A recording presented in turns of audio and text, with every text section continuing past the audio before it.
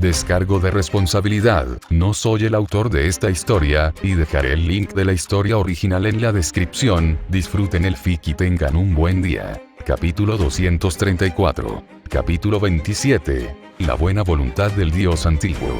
Al mirar a la sacerdotisa diosa serpiente que tenía delante, Ikigaya no pudo evitar querer hacer un comentario sarcástico. Tras encontrarse con la sacerdotisa del templo de la vida en Egipto que servía a la diosa Hathor, Ikigaya había visto ahora a otra sacerdotisa que irradiaba un aura de poder divino. Era evidente que este no era un fenómeno exclusivo de Egipto. Sin embargo, ambas diosas ostentaban el título de madre, lo que demostraba lo tacaños que eran los dioses padres. ¿No buscas la protección de la diosa serpiente?, preguntó Ikigaya a la sacerdotisa. ¿O es que no puede mostrarse fácilmente?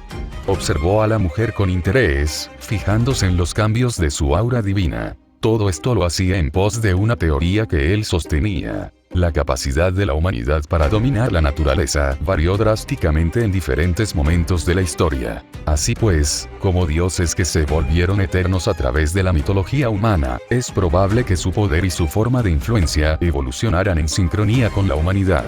Aunque de pequeña magnitud, Ikigaya pudo observar que los antiguos dioses de esta era parecían capaces de infundir su poder divino de forma solidificada en los cuerpos de sus adoradores y permitirles usarlo.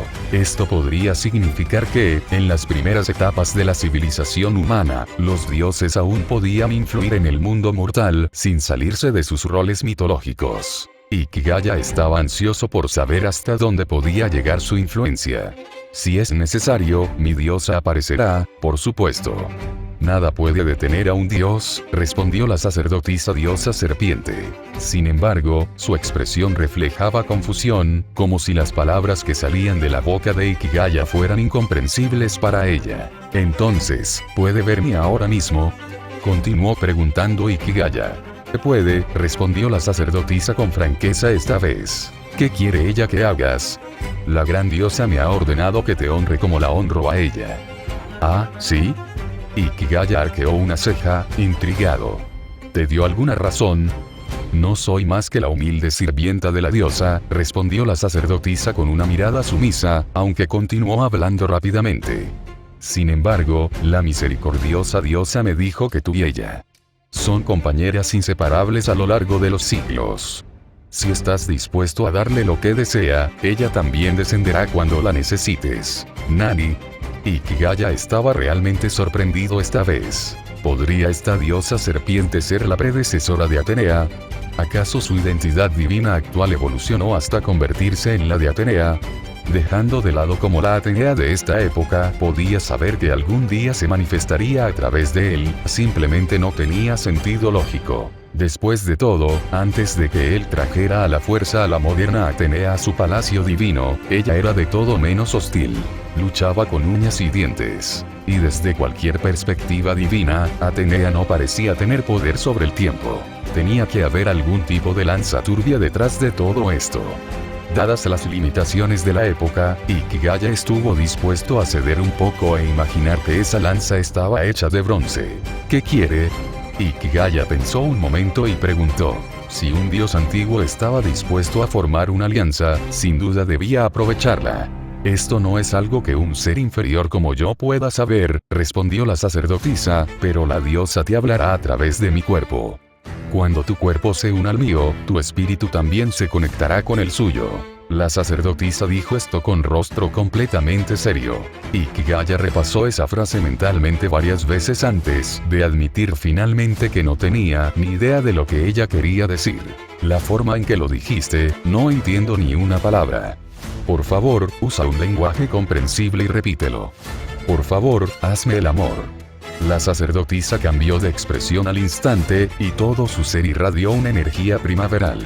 ¿De verdad estás intentando provocar problemas aquí?, Ikigaya suspiró. En aquel entonces, la fertilidad y el crecimiento eran considerados por todas las naciones como un indicador fundamental del PIB, y el acto sexual humano, más aún, una iniciativa económica clave.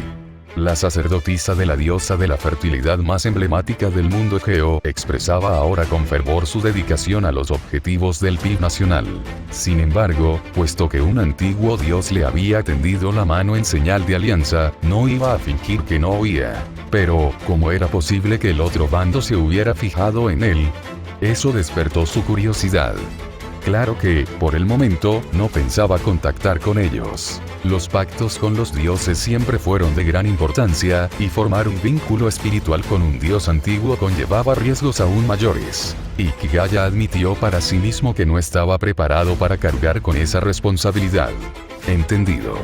Si necesito algo, iré a buscarte, dijo Ikigaya, mirando fijamente la estatua de la diosa serpiente que se encontraba detrás de la sacerdotisa y memorizando su imagen. Pero hoy he venido a hablar con ustedes, los minoicos, sobre otra cosa. No hay problema. Eres aliada de la diosa.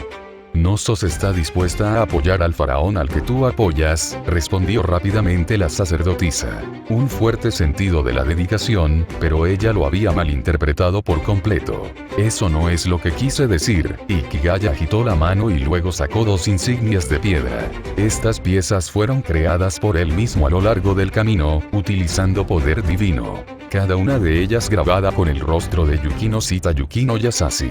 Vosotros, los minoicos, tenéis la flota más poderosa. Ayudadme a encontrar a estas 2 personas y os recompensaré generosamente. La sacerdotisa recibió las insignias con ambas manos, las examinó detenidamente y asintió. No hay problema. Grabaremos sus efigies en tablillas de piedra y las colocaremos en nuestros buques de guerra, ordenando a toda nuestra gente que las busque. Bien. Concéntrate en buscar en las regiones del sur, Tenu y Temu. Así las llaman los egipcios. No sé cómo las llaman ustedes. Simplemente presta más atención allí, añadió Ikigaya.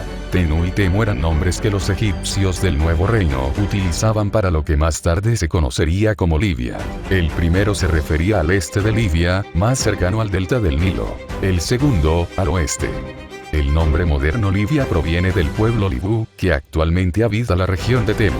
Poco después, tras dar sus instrucciones, Ikigaya se dio la vuelta para abandonar la cámara de la sacerdotisa diosa serpiente. Pero justo cuando abrió aquella puerta de dudosa construcción, vio a Aruno agachada afuera, como si hubiera estado escuchando a escondidas. ¿Qué estás haciendo? Ikigaya extendió la mano con un movimiento de elevación, y una corriente de aire recorrió el pasillo, alzando a Aruno en el aire.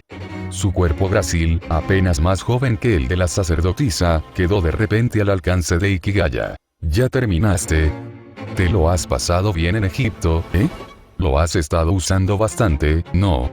Aruno dejó de forcejear a darse cuenta de que no podía liberarse y simplemente miró a Ikigaya con un tono agrio.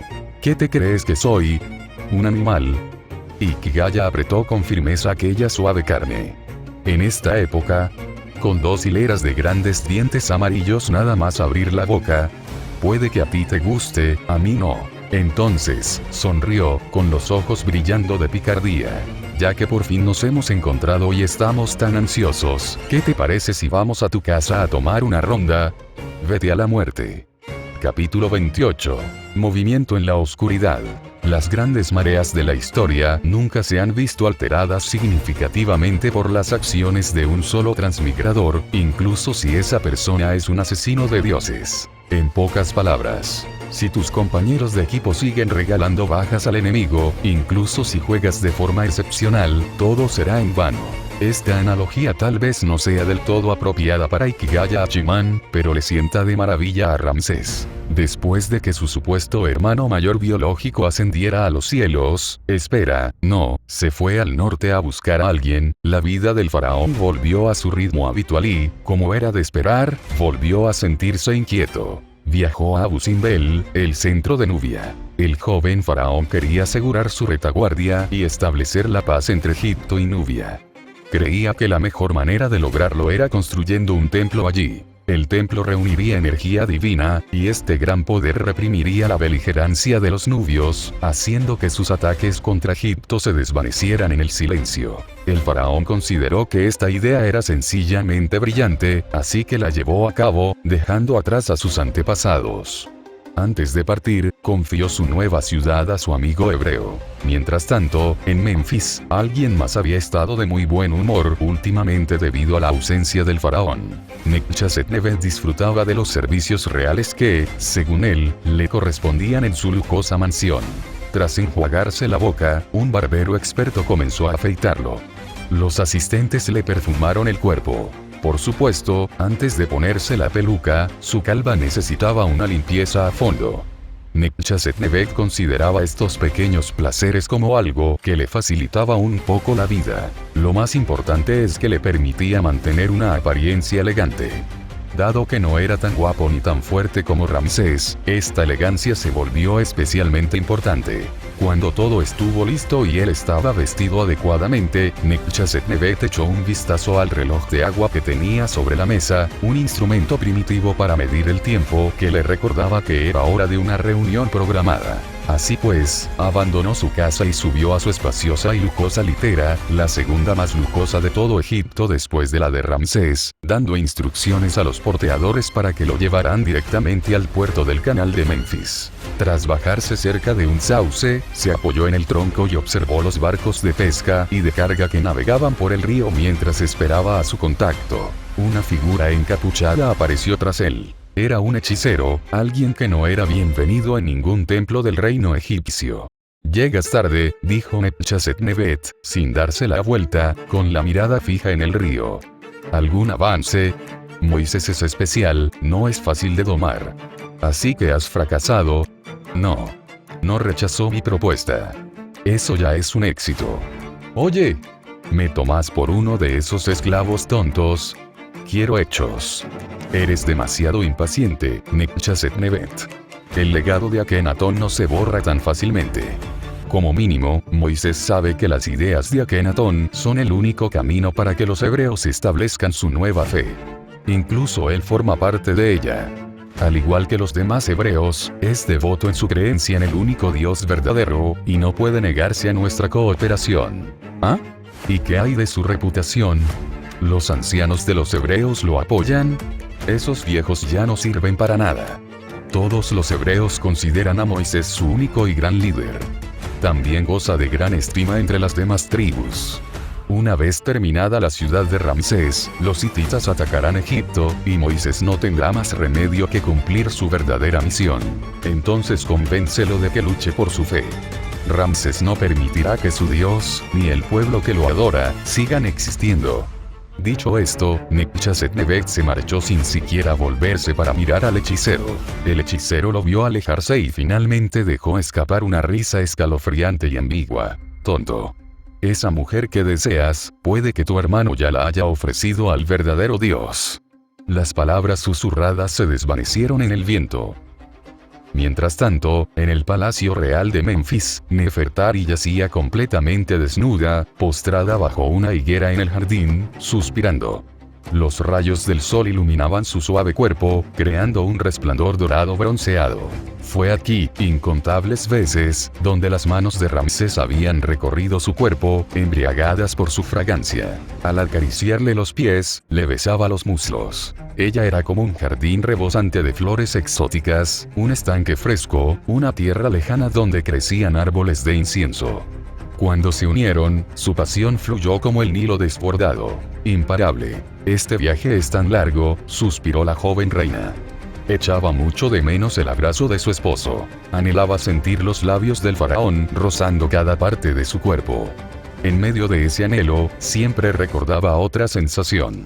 Uno que hacía que sus mejillas se sonrojaran como el jaspe. Para las reinas egipcias, su primera noche siempre estaba destinada a ser ofrecida a los dioses. Nefertari fue una excepción. El amor que Ramsés sentía por ella le permitió entregarle su noche de bodas.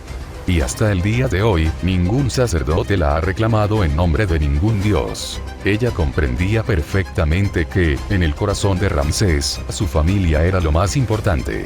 Pero cuando un dios descendió, parecía que una nueva idea había nacido en él, y Nefertari creía que los sacerdotes jamás aceptarían esa idea. Nefertari levantó la cabeza. Las densas ramas y hojas de la higuera formaban una cubierta verde que la protegía del sol abrasador. Sus ramas de color turquesa y sus frutos maduros siempre les habían brindado a ella y a su esposo una protección perfecta. Debería realmente seguir la sugerencia del hechicero, ocultárselo al hombre que amaba y unirse con otro ser aquí. Sin duda, Ramsés podría cumplir su deseo de esta manera. Su familia alcanzaría la gloria eterna. Pero ¿lo aceptaría? Era un hombre orgulloso. Nefertari quería evitar ese pensamiento aterrador, pero el poder sagrado de ese ser aún persistía en su cuerpo. No se extinguía. De hecho, se fortalecía con cada día que pasaba. Podía sentir como un misterioso río de creación se formaba en su interior. El paisaje rocoso, antaño sólido, se estaba erosionando hasta convertirse en acantilados que protegían el gran río. La luz del sol iluminó las rocas desde dentro, haciéndolas caer en el solemne arroyo sagrado, revelando el cielo prístino que una vez ocultaron. Quizás sea mejor obedecer al destino. Ese pensamiento cruzó fugazmente por su mente. ¿Por qué extinguir esta pasión incontrolable? Era una joven alimentada por el amor, frágil y tenaz. Adoraba a Hathor, la diosa del amor y la maternidad, y creía que si no moría por amor, renacería gracias a él. Ella amaba a Ramsés, pues poseía la grandeza y la nobleza de un rey divino. Adorar a los fuertes y pisotear a los débiles. Ambas cosas formaban parte de la naturaleza humana. El viento del norte soplaba, doblando las ramas y las hojas de la higuera hacia abajo, cubriendo el rostro sonrojado de la joven reina, y luego ocultando por completo esta escena seductora. Capítulo 29.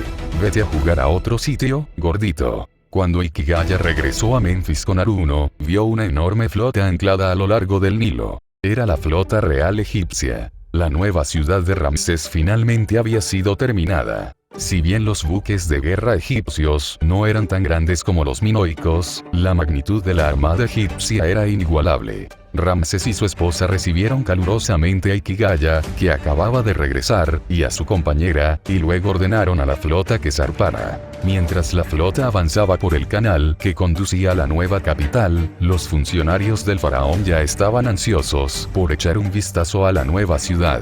Pero nadie intentó adular al faraón en ese momento, porque todos comprendían que mostrarse demasiado entusiastas ahora podría significar ser destinados a vivir en la nueva ciudad. Para ellos, una ciudad construida en tan poco tiempo jamás podría compararse con Menfis. La decisión del faraón se consideraba un derroche de recursos nacionales, y seguramente la abandonaría tarde o temprano. Hikigaya y Aruno observaban todo en silencio.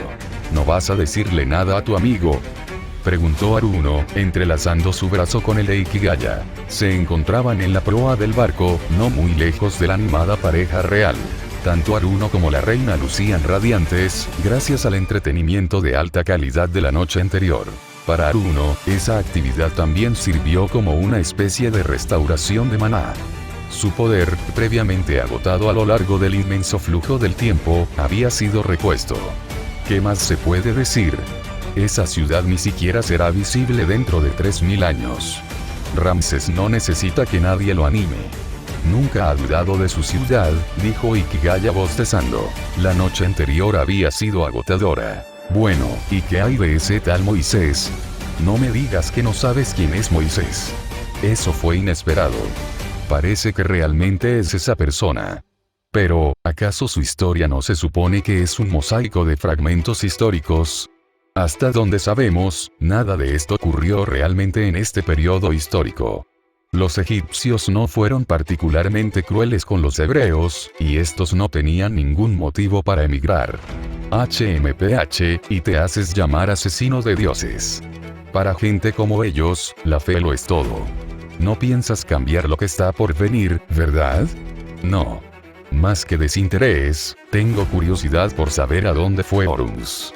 Si Moisés es real, ¿qué hay del dios que lo guía y lo ayuda? Aunque hablaban en japonés moderno, ambos bajaron la voz. ¿Crees que Dios es Horus? Es la deidad principal de Egipto. ¿Pero no crees que Horus es un poco idiota? Si es un idiota, entonces cualquier locura que haga tendría perfecto sentido, ¿no? Y si realmente es él, eso no importa. Porque debo matarlo. Tengo la sensación de que solo matándolo podremos volver a casa. Hikigaya miró hacia adelante mientras el barco giraba hacia el canal. Desde ese ángulo, podían ver cómo el antiguo Nilo había moldeado su delta. Además, puede que no sea el único que lo quiera muerto. ¿Quieres decir? Aruno estaba a punto de preguntar algo más, pero Ikigaya le hizo una señal para que guardara silencio. Ella siguió su mirada. De la cabina salió un hombre gordo que caminaba hacia la pareja real que se encontraba en la proa. Disfrutemos primero del espectáculo. Ikigaya le dio una palmadita en la mano a Aruno y la condujo hacia el escenario. Entonces Aruno oyó hablar al hombre. Sé que quizás no sea el mejor momento, pero debo informar de algo grave. ¿Tan urgente, hermano?, dijo el faraón, a quien Ikigaya siempre se refería perezosamente como Ra II en privado, con una expresión pomposa que hizo que Aruno quisiera reírse. Para ella, el hermano de Ramsés era claramente un político turbio, de esos que abundan en el mundo actual. De esos que siempre lo arruinan todo cuando estalla una verdadera crisis. Sin embargo, su verdadera aversión hacia él provenía de la forma en que la miró cuando se conocieron. Aunque lo disimulaba bien, sus ojos eran repugnantes. Sin embargo, lo que estaba diciendo ahora captó su atención. Si mis informes son correctos, los hititas ya han cruzado la frontera acordada por nuestro padre y han entrado en las ciudades-estado neutrales del norte. ¿Los hititas? Aruno se sorprendió. Miró a Ikigaya. Él murmuró algo en silencio. Kadesh. Nekhchazet-nebet, ¿estás seguro?, preguntó el faraón, sin mostrar enfado, como si no comprendiera la gravedad de la provocación de los hititas. Sin embargo, el hecho de que mencionara directamente el nombre de su hermano sugería que no estaba del todo tranquilo. Desde que Seti I cedió Kadesh, lo que hoy conocemos como Siria, se convirtió en una zona de amortiguación militar. Estas tierras del norte fueron en su día aliadas de Egipto, e incluso después de declararse neutrales, seguían rindiéndole tributo. Si los hititas se acercaban, significaba guerra. En la corte de Menfis, todos sabían que Ramsés se oponía a la estrategia de apaciguamiento de su padre. Siempre había querido darles una lección a los habitantes de las tierras altas mediante la guerra. Pero en su visión, Egipto sería quien iniciaría el conflicto, no los hititas. Aún no puedo confirmarlo, pero últimamente los hititas han estado cruzando la frontera con más frecuencia. Espero que esto sea solo otra prueba. Entonces confírmalo antes de informarlo, resopló el faraón. Nekhchazet-nebet no estaba contento, pero tuvo que tragarse su frustración. ¿No confías en mí? Usted mismo dijo que no está confirmado. Tráigame los datos la próxima vez. Ahora mismo tenemos cosas más importantes en las que centrarnos. El faraón señaló hacia adelante, y su tono se tornó cada vez más emocionado. Mira, mi puerto. Mi ciudad. Nekhchazet-nebet se giró para mirar y vio aparecer ante sus ojos una gran ciudad. A su alrededor, los funcionarios jadeaban de incredulidad. A decir verdad, él también estaba atónito. Entonces oyó una voz a su lado. Esta ciudad perdurará por más de 100 años. Nekhchazet-nebet se giró y vio a un niño y una niña extranjeros. Recordaba haber visto al faraón y a la reina recibirlos con solemne respeto en el puerto de Menfis. De no ser por eso, habría exigido que la mujer fuera su compañera. Le parecía la pareja perfecta para esa noche. Eso por sí solo no lo habría detenido. Pero, extrañamente, cuando intentó afirmar su identidad antes, un escalofrío inexplicable lo recorrió, una sensación que nunca antes había experimentado. Era el hijo mayor de Seti I, incluso el faraón tenía que respetarlo. ¿Estás maldiciendo la ciudad del faraón?, preguntó con aires de superioridad moral, tramando ya cómo asustar a aquel forastero para que le entregara a la mujer. Pero la respuesta del chico lo dejó atónito. Vete a jugar a otro lado, gordo. El chico agitó la mano con indiferencia y casi tiró a Nekhchazet-nebet al canal. Sin embargo, Nekhchazet-nebet no sintió ira. Al darse cuenta de eso, pensó en aquellos inquietantes sacerdotes del templo, aquellos que obtuvieron poder engañando a los dioses. Tampoco sentían jamás verdadero respeto por la realeza. Se le daba bien tratar con sacerdotes, pero no con hechiceros. Quienes se atrevieron a desafiar a los dioses y vivieron para contarlo no solo eran valientes, eran aterradores. Entonces Nekhchazet-nebet se escabulló, murmurando para sí mismo que algún día se vengaría de ese mocoso. Capítulo 30. Moisés ansioso. La salida poco impresionante de Nebchat-Nebet no afectó en lo más mínimo el estado de ánimo de su hermano pequeño. Este maníaco de la arquitectura, una vez desembarcado, ya no pudo reprimir su impulso de presumir. Ni siquiera llevó consigo a su esposa. Condujo solo su carroza incrustada de oro por la gran avenida de la nueva ciudad, en dirección al templo de Amón. Su león, llamado Asesino, caminaba delante de los 2 caballos, que ya estaban acostumbrados a tal ostentación. Su cabellera dorada ondeaba al viento, con un aura intensa, como la de un anuncio cursi de productos para el cabello.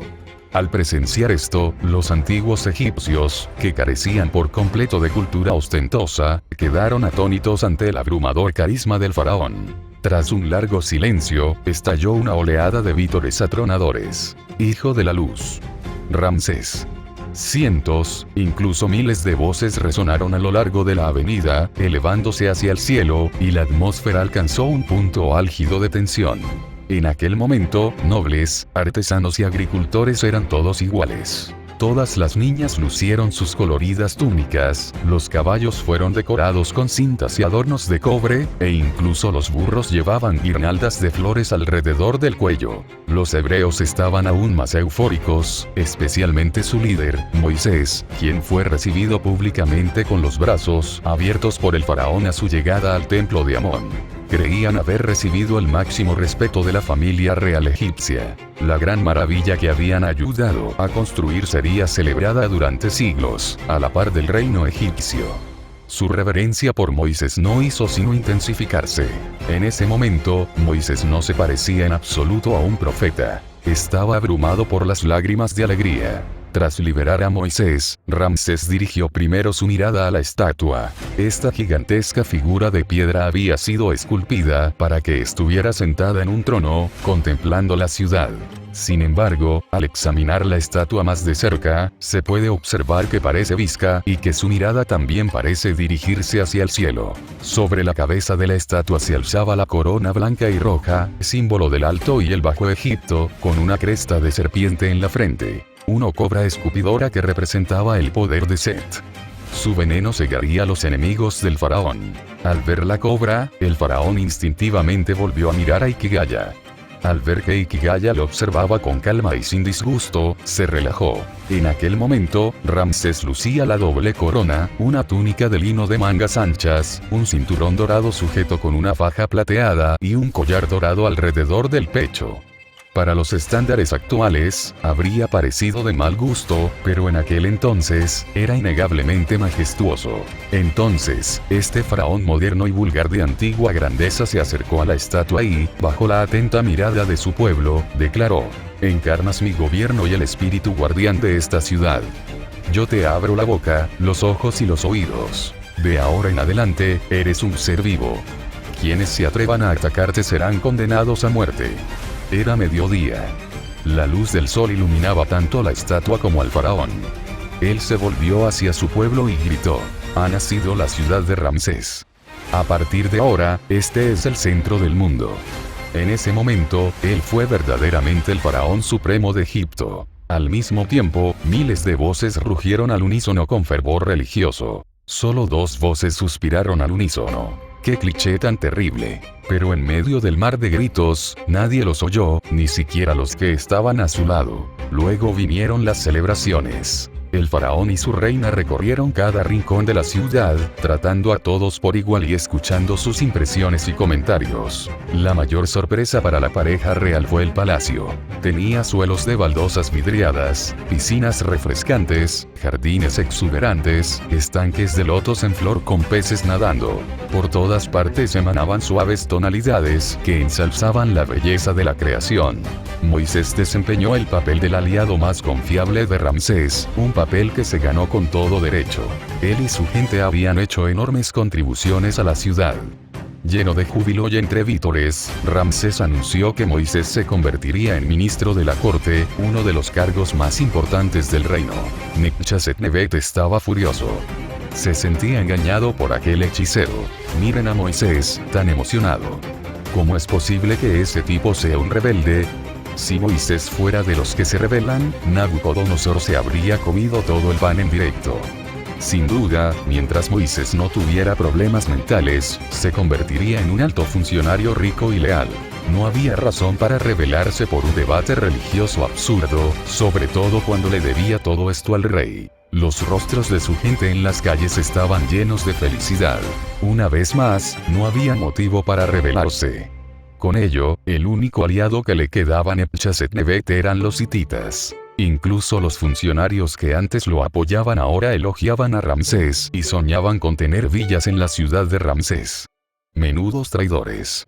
Pero Nepchasetnevet no permaneció desesperanzado por mucho tiempo. Observó que cuanto más elogiaba el faraón a Moisés, prometiéndole más recompensas y un estatus más elevado, más tenso e inquieto se ponía Moisés. Quizás las cosas no eran tan malas como parecían. Hikigaya también había estado observando todo, especialmente a Moisés y Ramsés. Aunque no era un asesino de dioses capaz de leer directamente los pensamientos humanos, pudo darse cuenta de que aquel hombre hebreo guardaba un secreto. Tanto es así que, bajo los elogios del faraón, se sentía cada vez más ansioso. Hikigaya se apoyó contra una columna, solo. No pregunten dónde estaba Aruno. En ese momento estaba bebiendo más que nadie. Se dio cuenta de que Aruno quería desahogar toda la frustración que sentía por el viaje en el tiempo. Si tuviera dados, probablemente estaría apostando a todo el salón hasta someterlo. Pensó un momento y decidió ir a hablar con Moisés. Porque quería saber, ¿acaso Moisés ya se había encontrado con su Dios? Pero alguien le bloqueó el paso. Era Nefertari, la reina de Ramsés. Parecía haber bebido bastante. Tenía la cara enrojecida. Parece que no te lo estás pasando bien. ¿Es porque no te gustan las multitudes? Su tono era amable. No hay problema, sonrió Hikigaya, y luego señaló a Moisés. Ese hombre. ¿Lo conoces bien? ¿Te refieres a Moisés? Es un amigo leal. Aunque no es egipcio, tiene más sabiduría que la mayoría de los egipcios. Eso fue un gran elogio. El nacionalismo puede ser un concepto moderno, pero eso no significa que los pueblos antiguos carecieran de distinciones similares. Por ejemplo, en la época medieval, las sectas se utilizaban para separar a los humanos de los animales. En cuanto a los antiguos egipcios, metafóricamente, creían que los no egipcios eran mocos arrancados por el dios Atún. Así pues, a los ojos de Nefertari, Moisés no era un mocoso. Era plenamente humano. Pareces cansada, dijo ella. Aunque tenía la cara roja, sus ojos brillaban y estaban claros. La forma en que ella miraba a Hikigaya le resultaba extrañamente familiar, como si ya hubiera visto esa mirada en alguna parte. Sí, se está haciendo tarde, ideal para dormir. Pero supongo que Ramsés y Moisés aún tienen más de qué hablar más tarde, respondió Hikigaya con naturalidad. Al fin y al cabo, se trataba de un paciente al que él mismo había tratado. Pensó que debía ser un poco más amable con su cliente. Y si hubiera sido ese gordo, lo habría mandado a luchar contra cocodrilos. Capítulo 31. El novio del faraón está a punto de causar problemas. Después de que Hikigaya terminara su conversación completamente improductiva con Nefertari, se dio cuenta de que ni Moisés ni Ramsés estaban ya a la vista. En lugar de Ramsés, quien recibía a los invitados, estaba su madre, la gran reina Tuya, viuda de Seti I. Según los estándares actuales, ni siquiera se la podía considerar mayor. Apenas tenía poco más de 30 años. Su elevado estatus le confería un aura de dignidad, e incluso ahora, sus delicados rasgos seguían desprendiendo un orgullo innegable. Pero al ver a Hikigaya, ese orgullo se desvaneció, reemplazado por una expresión cálida, casi familiar. Muchísimas gracias por estar a su lado. Significa mucho para él.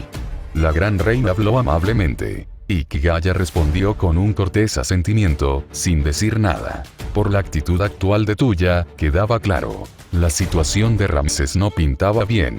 En el antiguo Egipto, los funcionarios eran entrenados para hablar lo menos posible para evitar ofender al faraón y, por consiguiente, ser ejecutados. Pero Hikigaya no vio nada de esa cautela en los funcionarios que rodeaban a Ramsés. La autoridad del faraón se extendía claramente solo hasta donde la familia real ejercía un control inmediato, no a todo Egipto. Esta debilidad quedó plenamente expuesta durante la batalla de Kadesh en la historia real.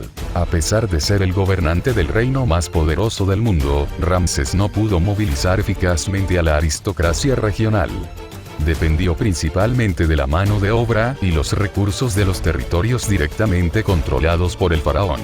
Debido a la escasez de población, tuvo que reclutar agresivamente a mercenarios extranjeros. Su guardia real estaba compuesta principalmente por guerreros Sherden, y grupos étnicos anteriormente minoritarios como los nubios y los Shardanas se habían convertido en elementos cruciales de su ejército.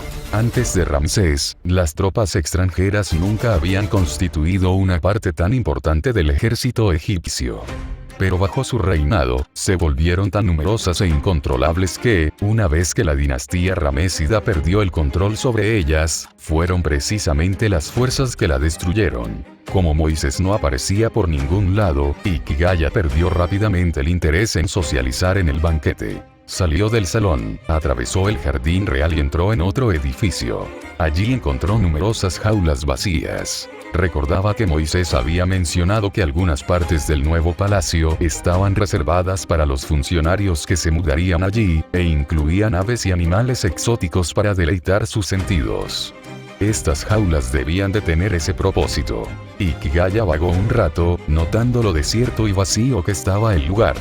Francamente, estaba aburrido. La arquitectura de esta época no resistía un examen minucioso. Todo giraba en torno a la grandiosidad, pero debido a las limitaciones técnicas, esa grandiosidad no se percibía realmente desde el interior de las estructuras. No será así. Y también la ciudad de Ramsés. De repente, Hikigaya percibió un cambio en el ambiente. Alguien estaba cerca. Sus voces le llegaron con la brisa. Pareces muy cansado, Moisés. ¿Podríamos aplazar esta conversación hasta mañana? Esa es la voz de Ramsés, ¿verdad? Así que Moisés pidió tener una conversación privada. Genial. Suena interesante. Es hora de escuchar a escondidas. Hikigaya se llenó de energía. Su cuerpo se desdibujó y se disolvió en niebla, fusionándose con el viento y el aire. Mientras flotaba a su paso, pronto llegó al otro lado del salón de banquetes. Vio a Moisés, apoyado contra una columna, con los brazos cruzados y el rostro demacrado, incapaz de sostener la mirada de Ramsés. Mientras tanto, Ramsés tenía un aspecto sombrío, con esa expresión clásica de déjate de tonterías y trae tu cabeza aquí para que pueda ponerte una corona. Ya no quiero seguir fingiendo. ¿Fingiendo qué? Vaya. Alerta de drama. ¿Dónde están las palomitas? Ramsés, pícaro, ¿de verdad eres bisexual? Te juzgué completamente mal. Soy hebreo. Y creo en el monoteísmo. Tú eres egipcio.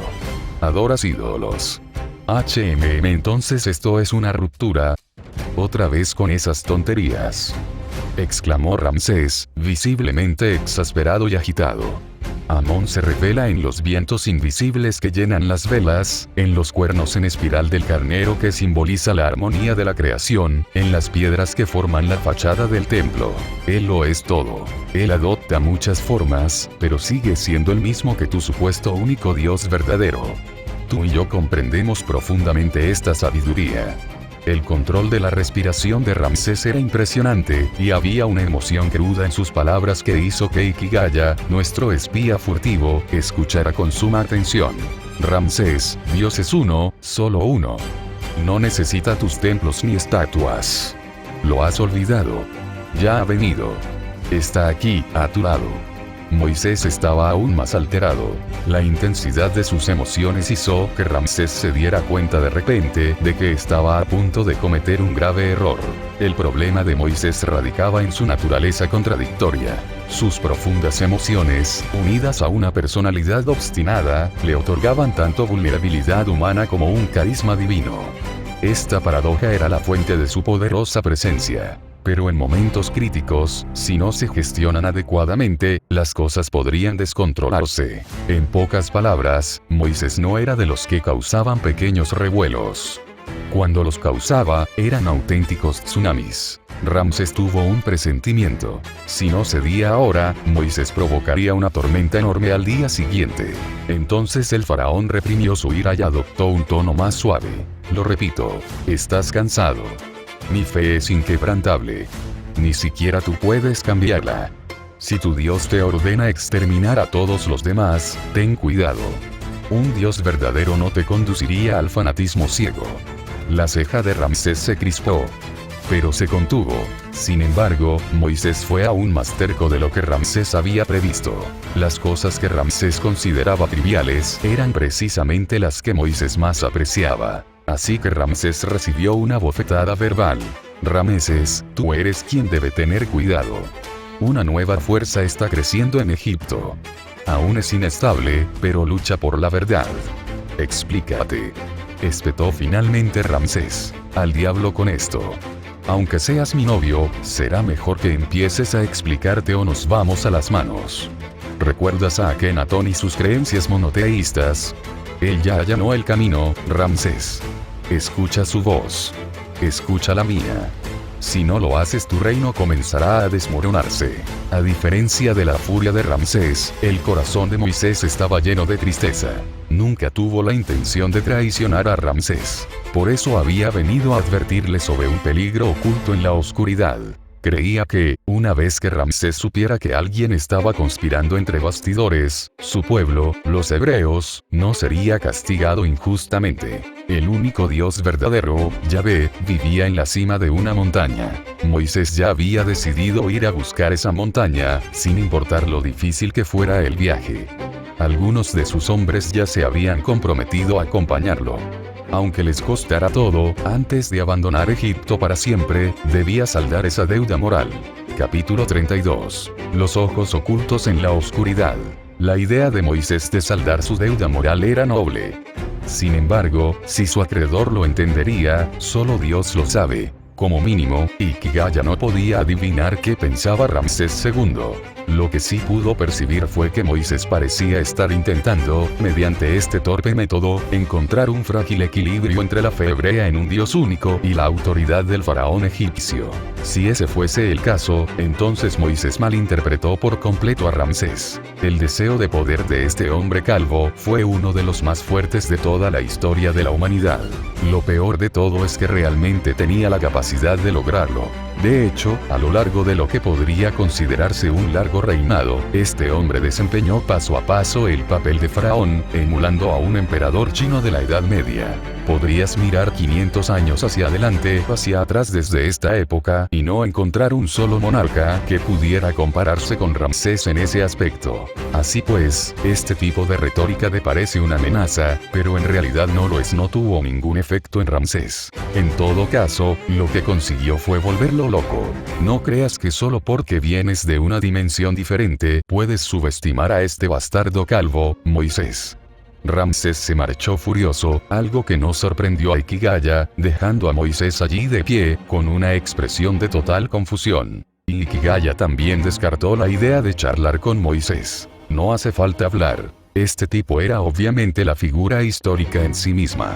Hikigaya ya tenía muy claro cuál sería su futuro, y los detalles menores no importaban en el panorama general. Así que Hikigaya se escabulló discretamente. Al regresar al salón, encontró a Aruno recostado ociosamente en una mesa baja, rodeado de nobles egipcios inconscientes. Joder. Esta chica hizo trampa o algo así. Dejó inconsciente a tanta gente. Hachiman, tan pronto como Aruno lo vio, sus ojos se iluminaron y dejó escapar una voz coqueta y tentadora. Para Hikigaya, esa voz estaba llena de instintos animales. ¿Estás en celo otra vez? Hikigaya la miró con los ojos entrecerrados. Te digo que esta noche no. Me voy a dormir. ¿Dormir, eh? Aruno parpadeó inocentemente, como si no se diera cuenta de que la acababa de comparar con una bestia. ¿A dónde fuiste hace un momento? ¿Fuiste a buscar a ese tal Moisés? ¿De verdad vio al dios Horus? No. Pero él y el faraón están a punto de pelearse, dijo Hikigaya, levantando a Aruno y cargándola sobre su hombro. ¡Buah! Bájame, voy a vomitar. ¿Eh? ¿Ya? Vaya, así que el tesoro innato de este joven maestro es tan poderoso. Quiero decir, solo recargué algo de maná. Bueno, tal vez demasiado a menudo y en posturas variadas, pero aún así, eso es hidratación, no fertilización. Maldito sea Di Junio, siempre tratando de armar líos. Está bien, asumiré la responsabilidad. Ikigaya palmeó casualmente la suave y redonda mancha cerca de su cara, decidiendo consolarla como es debido. Parece que su poder aún no está del todo perfeccionado. Necesita más entrenamiento. Cambio de planes. Esta noche, entrenamiento físico. Niño, ¿ves esto? Aprende de los buenos hábitos de tu padre. Haruno se tapó la boca, retorciéndose. El consuelo de Ikigaya claramente no estaba funcionando. Esto le molestó bastante. Lo tengo. Maldita sea, qué impaciente eres. Como una ráfaga de viento, Ikigaya salió disparado cargando a Haruno. Espera, te haré sentir muy bien en un segundo. Splash. Un chapoteo sospechoso resonó a sus espaldas, pero a Ikigaya no le importó. Estaba demasiado satisfecho con sus propios talentos prodigiosos, decidido a dejarlos brillar. De repente, se dio cuenta de que su carrera como asesino de dioses acababa de descubrir un nuevo modo de juego. Matar dioses. Eso no es un logro, es lo que se espera. La verdadera búsqueda de logros debe ser creativa. Alcanzar el 100% de precisión sería una meta excelente. Empezaría a practicar intensamente una vez que regresaran al mundo moderno. Su objetivo inicial sería el rango bronce. Pero después de deambular un rato por el palacio, Ikigaya se dio cuenta de repente. Se le había olvidado preguntarle a Ramsés dónde estaban las habitaciones de invitados. No es para tanto. ¿Cómo podría un detalle tan insignificante hacer tropezar a un asesino de dioses tan dramático? Sus ojos brillaron al divisar un jardín más adelante, donde se alzaba una enorme higuera. Ahora que lo pienso, este árbol tenía un significado sagrado en Egipto, conocido también como higuera sicómoro, una de las encarnaciones de Hathor, madre de los dioses. Simbolizaba una fuerza vital floreciente, lo cual realmente no necesitaba una interpretación más profunda. Pensándolo bien, regar el árbol que se encuentra bajo semejante símbolo, que perfectamente natural. Encantada, Ikigaya aceleró y apareció bajo el árbol. No había nadie alrededor. Señaló con la mano, y su poder divino se manifestó con fuerza. En cuestión de segundos, brotó trigo dorado de la tierra. Una vez maduro, cayó en un derrumbe ordenado, formando una suave capa de trigo. Esto reflejaba la esencia de Osiris, ahora una de las principales deidades de esta era. La vida es muerte y la muerte es vida. Ikigaya sintió con satisfacción y arrojó a Haruno sobre las capas de trigo. Entonces, preparándose para desplegar su poderosa forma, estaba listo para ponerse manos a la obra. Sin embargo, cuando miró a Haruno, se sorprendió al ver que parecía tener insuficiencia renal. Tan débil. ¿Y tuviste el descaro de invitarme a una pelea de 300 asaltos? Chica, admiro tu determinación suicida. Muy bien, me aseguraré de que pierdas la cabeza. No digas esas cosas tan alto, pervertido. Haruno se sonrojó por completo, desplomándose débilmente sobre el trigo. Y solo estoy borracho y con náuseas. Le estrechó la mano con aire de suficiencia. Ahora, pórtate bien y quédate quieto. Te espera una sorpresa. Tengo mucha experiencia en este campo. Mentiroso. Este tipo de vino puede matar a la gente, ¿sabes? Ni siquiera bebo en Nosos. Haruno pareció un poco amargado, luego desconfiado. ¿Qué quieres decir con experimentado? Interrogación de cierre. Esta experiencia, obviamente es de esas que te vuelven loco de placer. Tosió. Ahora que la cama está hecha, creo que deberíamos dejarnos llevar y continuar con la trama. Haruno puso los ojos en blanco. Luego miró a su alrededor. Esta escena le resultaba extrañamente familiar. No lograba recordar de dónde, pero le despertaba una extraña emoción en el corazón. Aunque había vomitado accidentalmente hacía un rato, había usado hábilmente la recarga de maná del día anterior para borrar toda evidencia. En ese momento, seguía siendo una doncella fragante y encantadora. Eres horrible. Le lanzó una mirada seductora. Ya no me quedan fuerzas. Haz lo que quieras. Su rostro decía. Aunque diga lo que sea, si te acobardas, te mataré. Ikigaya lo entendió al instante. Soltó una sonora carcajada y su ropa se desintegró en polvo. Sinceramente, los cañones son los dioses de la guerra. Ikigaya consideraba que una guerra sin artillería carecía de sentido. como buen compañero internacional, debía ayudar a Egipto a corregir esta deficiencia. Sin embargo, mientras su cerebro estaba ocupado escaneando posturas a través de su motor de búsqueda interno, Ikigaya no se dio cuenta de que, en un rincón escondido detrás de él, un par de ojos brillantes lo observaban todo, absorbiéndolo todo. Capítulo 33. La decisión del faraón y la reina. La primera noche de Pi-Ramsés como nueva capital de Egipto fue mucho más animada que durante su construcción inicial. Esa noche, Osiris, Hathor e incluso Set fueron alabados repetidamente. En pocas palabras, cada deidad con jurisdicción sobre la fertilidad fue colmada de ofrendas florales rojas por sus seguidores. Incluso Hachiman Ikigaya ofreció unas alabanzas excepcionales a su majestad Di-Junio. De hecho, esa noche sentía que su mente estaba especialmente lúcida y que, de forma espontánea, había encontrado una nueva perspectiva. Desde que empezó a plantar árboles, la salud de Aruno había mejorado drásticamente, y su experiencia al volante también había aumentado. Así que, en realidad, ir al gimnasio era un completo desperdicio de juventud. La gente a menudo no se daba cuenta de la importancia global de la reforestación. Plantar árboles era sencillo y eficaz. Sin embargo, la noche no transcurrió sin problemas para todos. Un hombre, a pesar de no estar soltero, se encerró frustrado, dejando atrás a una esposa que claramente necesitaba ser plantada, hasta el punto de que no se percató de que ella regresaba a casa después de un paseo con una postura sospechosamente diferente. El corazón de aquel hombre calvo ya no estaba lleno de mera ira. Los hebreos. El faraón Ramsés estaba en el balcón, contemplando la ciudad recién iluminada. Durante el día, solo había visto esperanza, el fundamento de su gran legado. Ahora, solo veía amenaza. No puedo permitir que esto continúe. Puede que Moisés no me traicione, pero los hebreos sin duda podrían hacerlo. Así, Ramsés decidió, en su propia mente, clasificar a Moisés como una especie completamente distinta. Como faraón, comprendía perfectamente que los hebreos eran fundamentalmente diferentes de cualquier otro grupo extranjero que viviera en Egipto, incluso de sus primos cercanos, los Hyksos, que en su día habían gobernado Egipto. La diferencia clave radicaba en la religión. Ramsés no era ajeno a la religión. En Egipto, el conocimiento divino se consideraba un secreto de Estado. Los dioses eran la fuente de la creación del mundo, y el conocimiento sobre ellos era la verdad que sustentaba la existencia. Incluso el egipcio menos devoto no negaría la existencia de múltiples dioses. Los hombres ambiciosos podían desear convertirse en dioses, pero jamás cuestionaron su existencia. Akenatón intentó en su momento abolir a los antiguos dioses, gobernando con su llamado Dios único. Su fracaso era inevitable. Pero incluso Akenatón había sido solo un hombre. Podía controlar los cuerpos de las personas, no sus mentes. Los hebreos eran diferentes.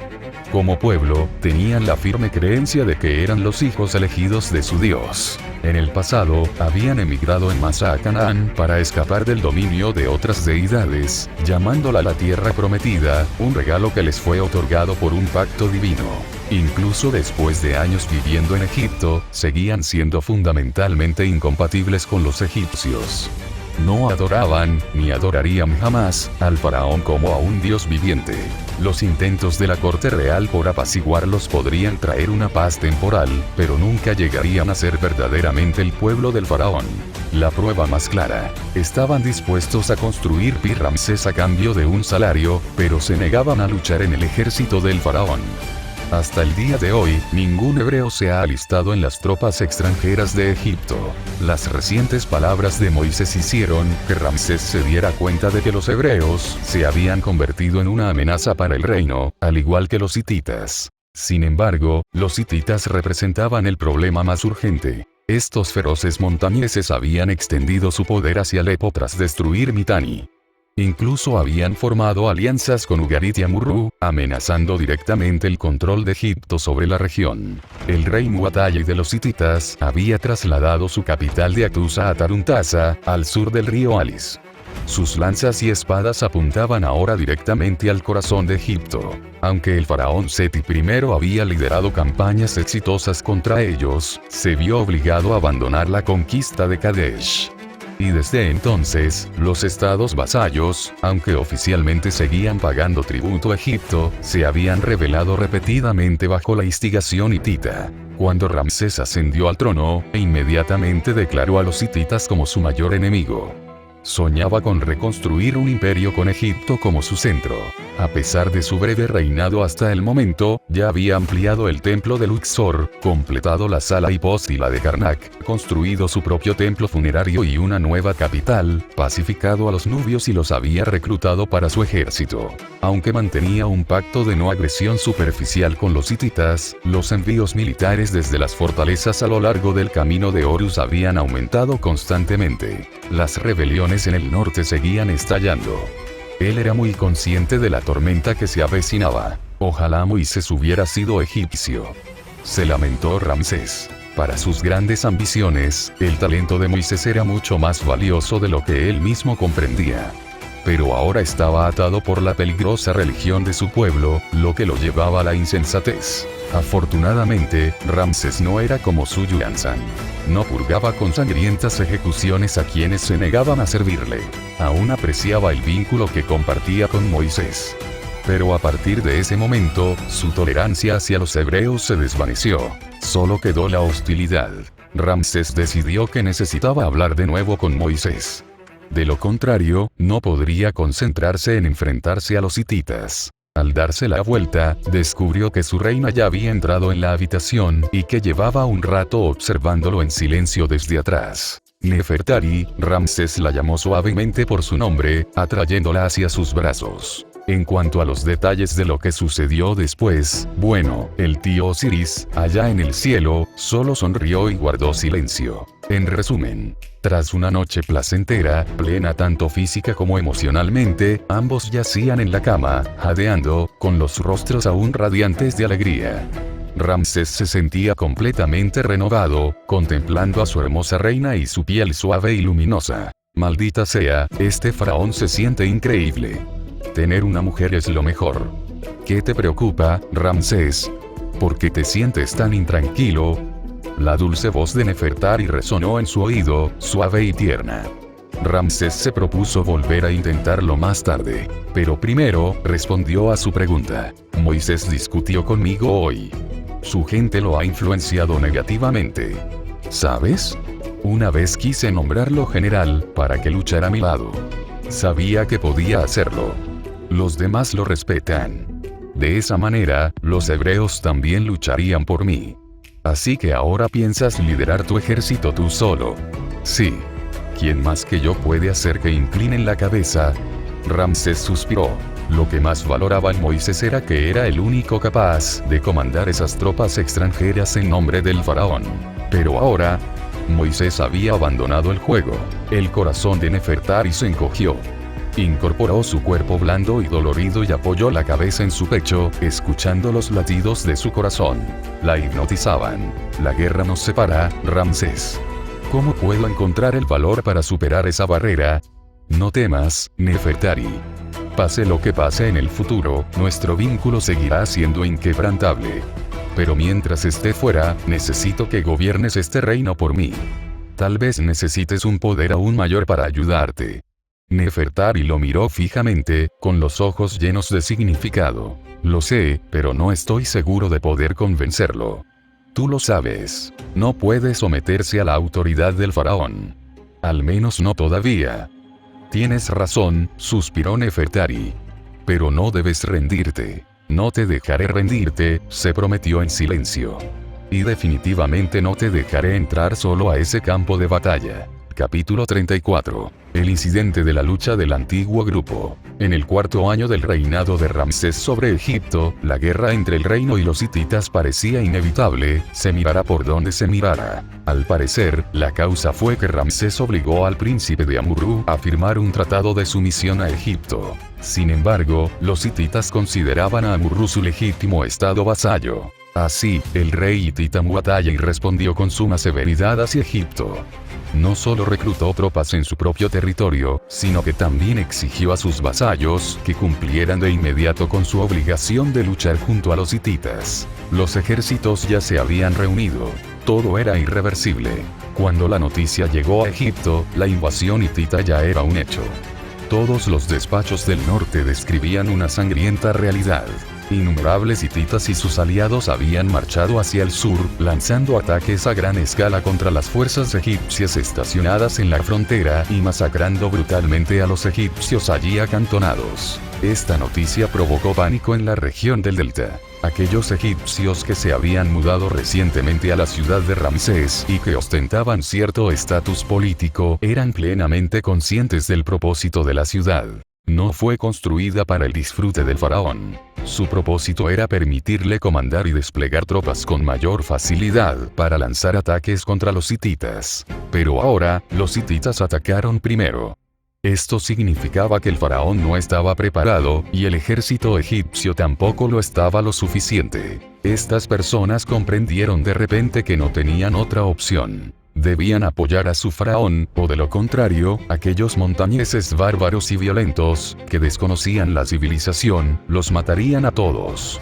En cuanto a sus esposas e hijas, el cultivo de arroz, un eufemismo burdo, sería la menor de sus preocupaciones. Incluso podrían descubrir que bañarse no requiere necesariamente agua. Algunas de las conclusiones anteriores fueron amablemente proporcionadas por el asesino de dioses del siglo XXI, Iqiyaya Hachiman.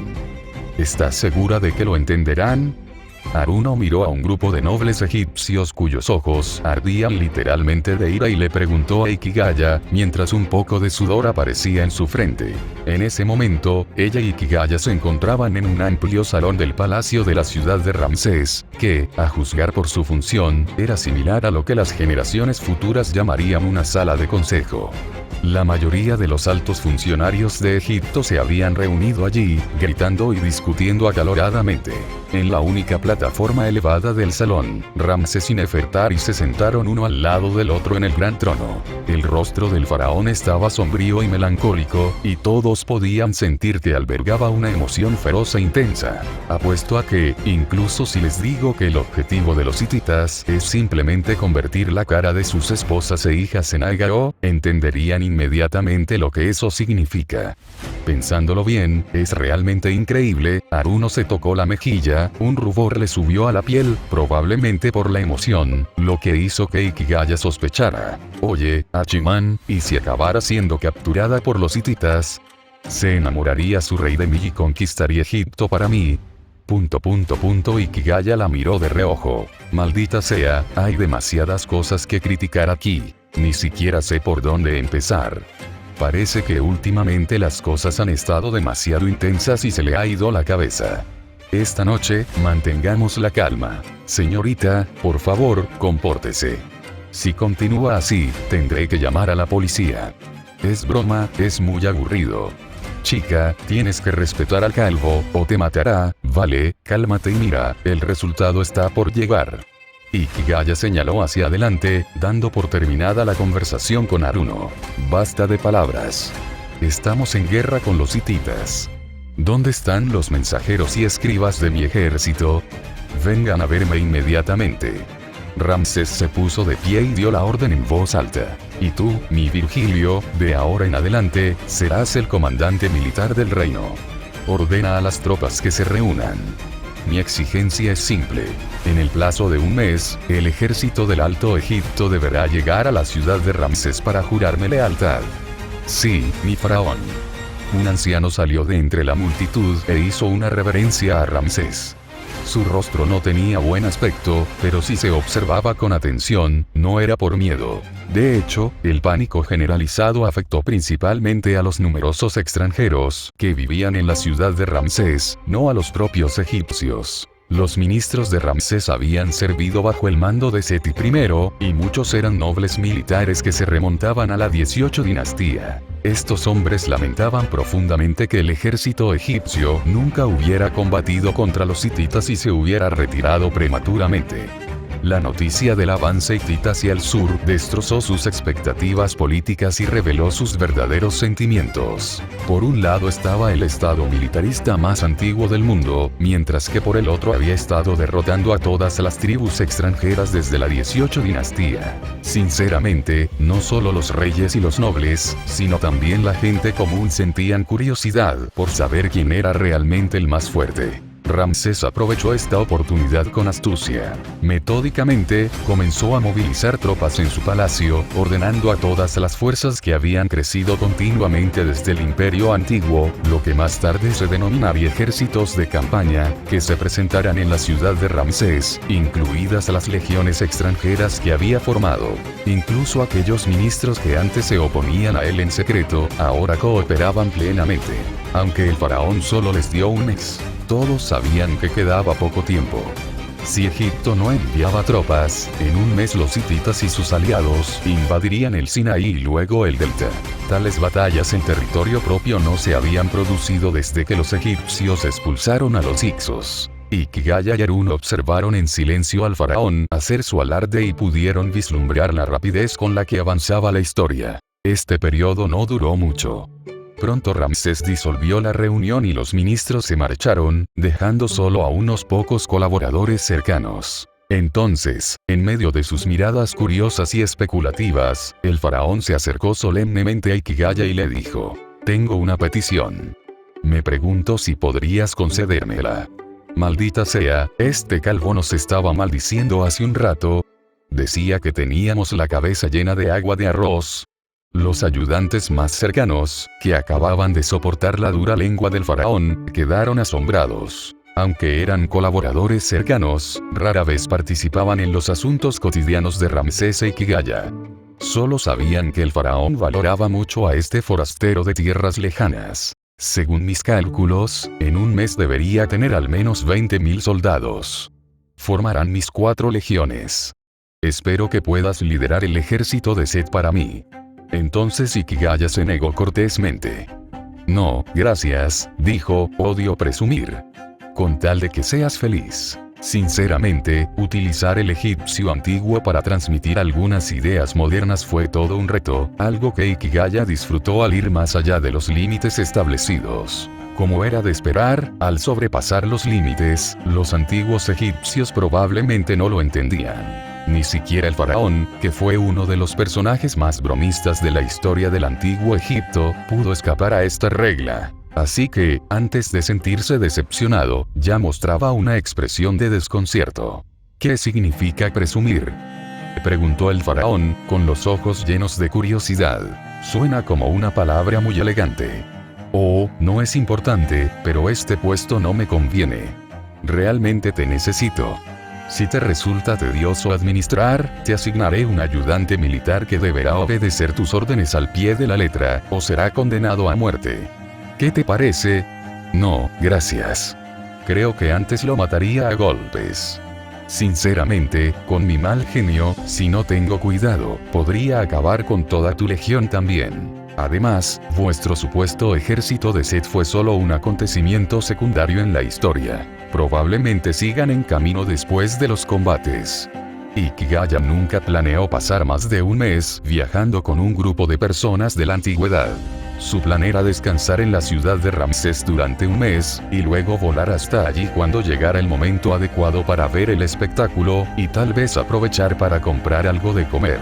Este fue el incidente de lucha grupal más famoso de la antigüedad, con consecuencias extremadamente nefastas, por lo que fue documentado por los responsables educativos de ambos bandos como un acontecimiento importante. No sé si Horus aparecerá. Si esta vez pudiéramos derrotarlo, sería más fácil encontrar a Yukino y a los demás. Capítulo 35. Chica, necesitas llorar hasta desahogarte.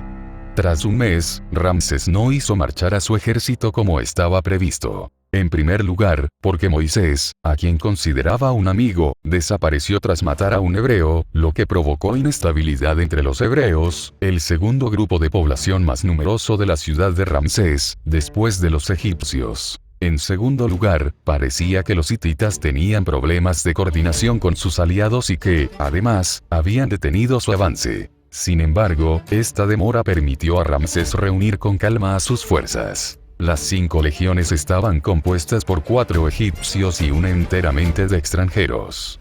Este era el límite que Egipto podía mantener en ese momento, lo que permitió a Ramsés concentrar todas sus fuerzas móviles hacia el norte. Desde el punto de vista logístico, Ramsés pensó más allá de los métodos tradicionales. Desplegó sus buques de guerra para transportar el grano y el equipo necesarios a lo largo de la costa hasta Canaán, con un menor consumo de combustible, en lugar de atravesar la península del Sinaí como esperaban los hititas. Desde Canaán, Ramsés planeaba marchar hacia el campo de batalla. Su flota también podría unificar a los aliados de Egipto en Canaán y servir de refuerzo. Aunque Ramsés menospreciaba a estos supuestos aliados. En la mente del faraón, sus 5 legiones constituían una fuerza de poder sin precedentes en el mundo humano, lo suficientemente fuerte como para aplastar a cualquier oponente conocido. Casi 20.000 soldados egipcios y varios miles de mercenarios extranjeros procedentes de Memphis llegaron a la ciudad de Ramsés en el plazo de un mes tras el anuncio del reclutamiento, lo que elevó la fuerza militar de la nueva capital a casi 30.000 hombres. Ramsés los reorganizó y reentrenó, formando 500 escuadrones de 50 hombres cada uno. Cada 100 escuadrones formaban una legión, que recibía el nombre de varios dioses. El faraón designaba personalmente a sus portaestandartes, lugartenientes militares y comandantes, y la legión de Amón estaba bajo su mando directo. A finales de abril del año siguiente, una vez pasada la temporada de lluvias en el norte de Canaán y otros vasallos lejanos, Ramsés ordenó a sus legiones que se reunieran en la ciudad fortificada de Saru, en el delta, para la concentración previa a la batalla. Los soldados esperaron en silencio la llegada del faraón. Al llegar, Ramsés primero realizó un ritual de sacrificio a los dioses y luego hizo sonar el cuerno. En ese momento, todos los soldados se inclinaron ante él al unísono. Entonces retumbaron los tambores de guerra, y Ramsés montó en su carro, protegido por la Guardia Real, conduciendo a sus legiones hacia el norte. Primero viajarían por la vía fluvial del Nilo hasta la costa, y luego seguirían la ruta marítima a lo largo de la costa fenicia, originalmente abierta y controlada por Set I, hasta Canaán. El gobierno de la ciudad de Ramsés estaba ahora en manos de Nefertari, la reina que compartía el poder sobre el Alto y el Bajo Egipto con el faraón. Se había convertido en la persona más poderosa de Egipto. Lo primero que hizo Nefertari tras gobernar sola fue designar una zona especial del palacio como residencia de Ikigaya y ordenar a los sirvientes que atendieran incondicionalmente todas sus necesidades.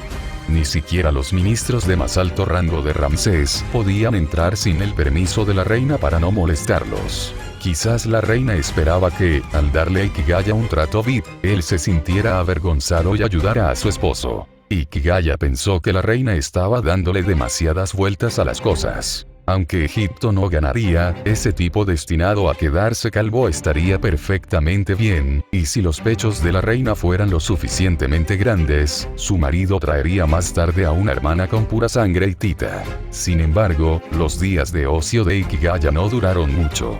Todo comenzó cuando Nefertari vino de visita. Lo que en principio era solo una visita de cortesía, sorprendió a Ikigaya al descubrir que el poder reproductivo que había infundido en la reina parecía haberse desvanecido en gran medida con el tiempo. Maldita sea. ¿Cómo pudo fallar la mano de Osiris?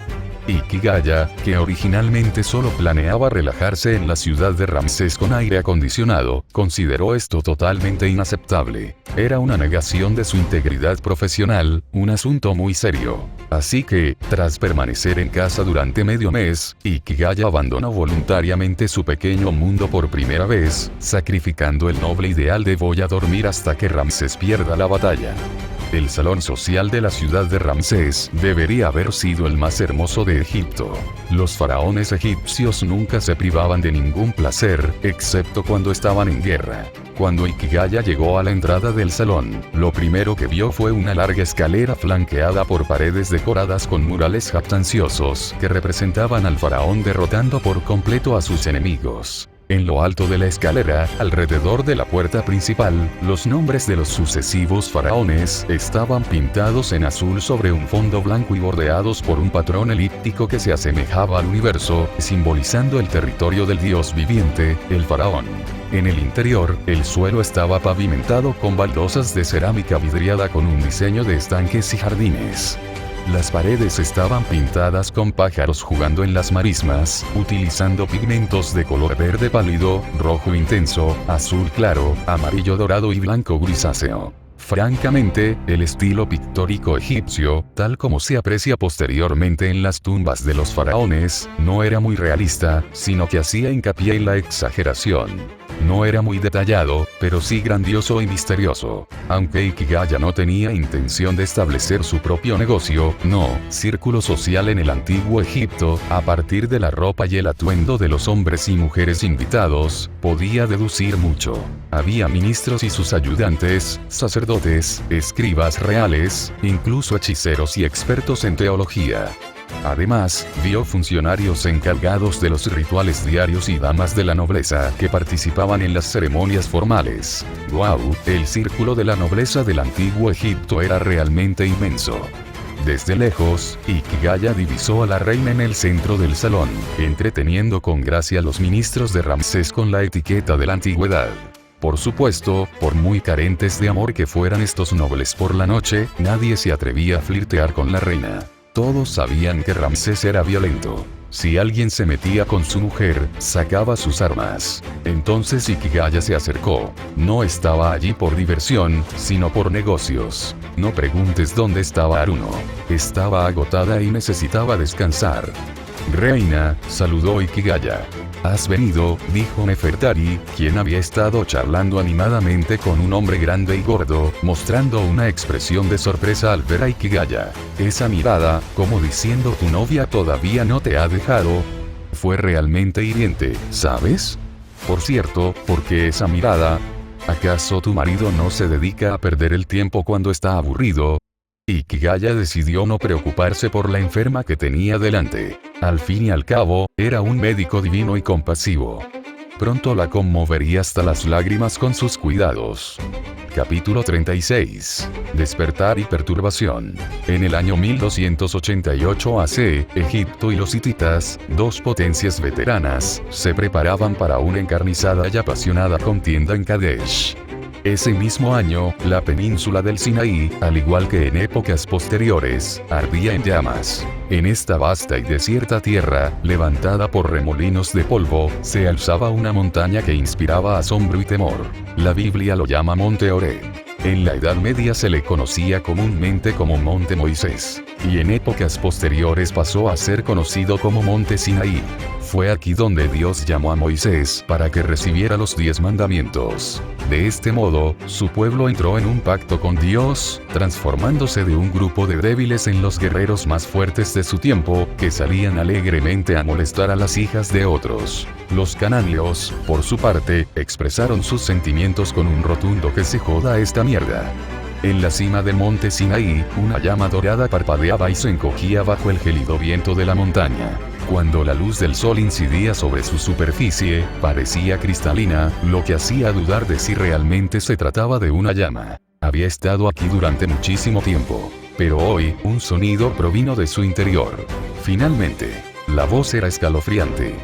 Por donde quiera que llegaba, las piedras se convertían en polvo y las plantas se marchitaban. Parecía como si esos lugares hubieran vivido épocas enteras en un instante. La entidad que emitió la voz pareció percatarse de ello, y luego volvió a guardar silencio. Tras un largo rato, la llama se consumió repentinamente y, con un leve goteo, la sensación de ardor desapareció. Se transformó en líquido y continuó condensándose. Cuando todo se calmó, en su lugar se alzó una magnífica águila dorada de la altura de 2 adultos, imposible de esculpir incluso para los mejores artesanos. Sus ojos metálicos se volvieron. He regresado. Miró a su alrededor y pareció percibir algo, entonces su enorme cabeza de águila asintió. En efecto, he regresado. Por lo tanto, debo proceder con cautela. Si luchar contra su némesis significaba simplemente regresar a su propio territorio después de ser derrotado, la situación actual era extremadamente peligrosa para él. No es de extrañar que hubiera dormido tanto tiempo. Probablemente su némesis despertó hace mucho tiempo. No era eso, era él, un gran ser conocido por los humanos como una deidad. Tras intentar una expresión cómica con cabeza de pájaro, este gran ser quedó muy satisfecho con su recuperación y decidió buscar a alguien que refrescara su conocimiento del lenguaje humano de esta época. Amaba la lengua humana. A continuación, debe evitar a los hermanos y hermanas de esta era. De lo contrario, no solo se expondrían el tiempo y la historia que él llevó, sino que el futuro enemigo también podría escapar de las restricciones y llegar a esta era. Si eso sucediera, se convertiría en enemigo de todos los dioses, e incluso podría perder su divinidad. Por lo tanto, la mejor manera era esconderse, esperar a que el poder del tiempo se calmara, y tanto él como su némesis, que no pertenecía a esta era, regresarían al lugar y al tiempo correctos para continuar su batalla. Pero tras considerar detenidamente su situación, tuvo que admitir que no era tan fácil. No, mi némesis también está en esta época. No puedo permitir que interfiera. La textura metálica se fue desvaneciendo gradualmente de su cuerpo, revelando la apariencia de carne y sangre. Debo prepararme. Tras un instante, se oyó el grito de un águila, y el monte Sinaí quedó bañado por una luz solar brillante. Cuando la luz se desvaneció, la montaña permaneció como antes, pero sin rastro alguno de la presencia del gran ser. Sin embargo, este breve instante había alertado a los seres más poderosos del mundo. Las huellas de estos seres permanecieron profundamente arraigadas en el mundo natural, lo que les permitió, incluso desde otro reino, percibir claramente los cambios de la Tierra. Estos seres no sabían que eventualmente perderían esta habilidad, pero eso ya no importaba. Dos pares de ojos, cada uno con una percepción diferente, vieron el monte Sinaí, pero no obtuvieron nada a cambio. Excepto uno. Alguien que vagó por la tierra en esta era, ni humano ni uno de esos seres. Dentro del palacio de la ciudad de Ramsés, la visión espiritual de Ikigaya se activó repentinamente sin previo aviso. Una escena aterradora tras otra se desplegaba ante sus ojos. Horus gritó, y entonces las visiones retrocedieron como la marea, desvaneciéndose tan abruptamente como habían aparecido. Ante él se encontraba la reina egipcia Nefertari, con la boca abierta de sorpresa. ¿Qué dijiste? La reina se tapó la boca, con incredulidad reflejada en sus ojos. ¿Será que mi marido no quiere que tenga más hijos? ¿Qué? Ikigaya estaba igualmente confundido, aunque sostenía la mano de Nefertari. No me malinterpreten, era un médico mayor, solo le estaba tomando el pulso. La reunión social había terminado, y Ikigaya planeaba averiguar por qué el cuerpo de Nefertari estaba cambiando. Pero antes de que terminara el examen, la visión espiritual se manifestó de repente. Su contenido podría resumirse en una palabra: explosión. Todo estaba explotando, e Ikigaya creyó incluso ver a la gente de Minos. Sin embargo, después de ver esta peliculita, la chica cambió repentinamente al modo los enamorados son idiotas. Sinceramente, si esta Nefertari viviera en una época posterior, no tendría más edad que una estudiante de secundaria. Incluso si fuera una alumna brillante, probablemente se saltaría un curso, pero desde luego no llegaría a ser jefa de estado. Y alguien como Ramsés, que apenas era un adolescente, condujo a más de 20.000 hombres rudos y lujuriosos a tierras extranjeras para matar. Así pues, estos dos, aparte de su deslumbrante aura histórica, no eran básicamente diferentes de los estudiantes rebosantes de hormonas de los dramas universitarios posteriores escritos por algún novelista romántico. Las parejas en este estado a menudo tenían una imaginación tan desbordante como la de los solteros empedernidos. Así que, como soltero empedernido, Ikigaya perdonó generosamente sus ideas descabelladas y le explicó: no, tu marido te quiere muchísimo. Y jamás podría hacerte daño de esa manera. Tú lo entiendes mejor que yo. Claro que sí. Ese mujeriego te va a dejar plantada cualquier día de estos, pero como médico experimentado, quería animarla. Pero acabas de invocar al faraón. Los ojos de la reina brillaron con lágrimas. Gran ser, has visto el oscuro futuro, ¿verdad? Aunque me halagues, no te diré la verdad. La oscuridad y la luz coexisten, reina. Esto no tiene nada que ver con el bien o el mal. El mundo debe ser así para existir. Hikigaya soltó su mano, pero ella no la dejó ir. Chica, tienes que dejarlo ir. Dejar ir es la clave para ganar, ¿no lo entiendes? Tú y tu marido estáis destinados a afrontar muchas dificultades, y esas adversidades os harán más fuertes. Ya basta, ¿de acuerdo? He hablado demasiado. Debes saber que soy médico, no psicólogo. Quédate, por favor, quédate. No te vayas. La reina estaba a punto de llorar, apenas parecía una esposa. Era solo una niña pequeña, así que no era nada extraño. Hikigaya tuvo que admitir que manejar el aire acondicionado central, alguien que es cálido, cariñoso y amable con todos, no solo con una persona en particular, era un trabajo realmente duro. Lee por adelantado, 60 capítulos, apoyándome en Patreon /Avariet.